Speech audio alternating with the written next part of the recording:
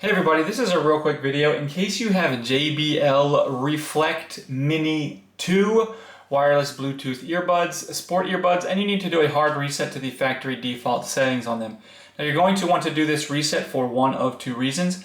The first one is troubleshooting. If you're having any issues with these earphones not connecting to your phone or other device, or if they keep disconnecting, or if they're not syncing or not pairing with Bluetooth, a factory reset will fix a lot of these issues. The other reason you might want to do this is just for any variety of reasons where you want to delete all the pairing history so that you can repair them as new, because you want to set them up on a new device or whatever.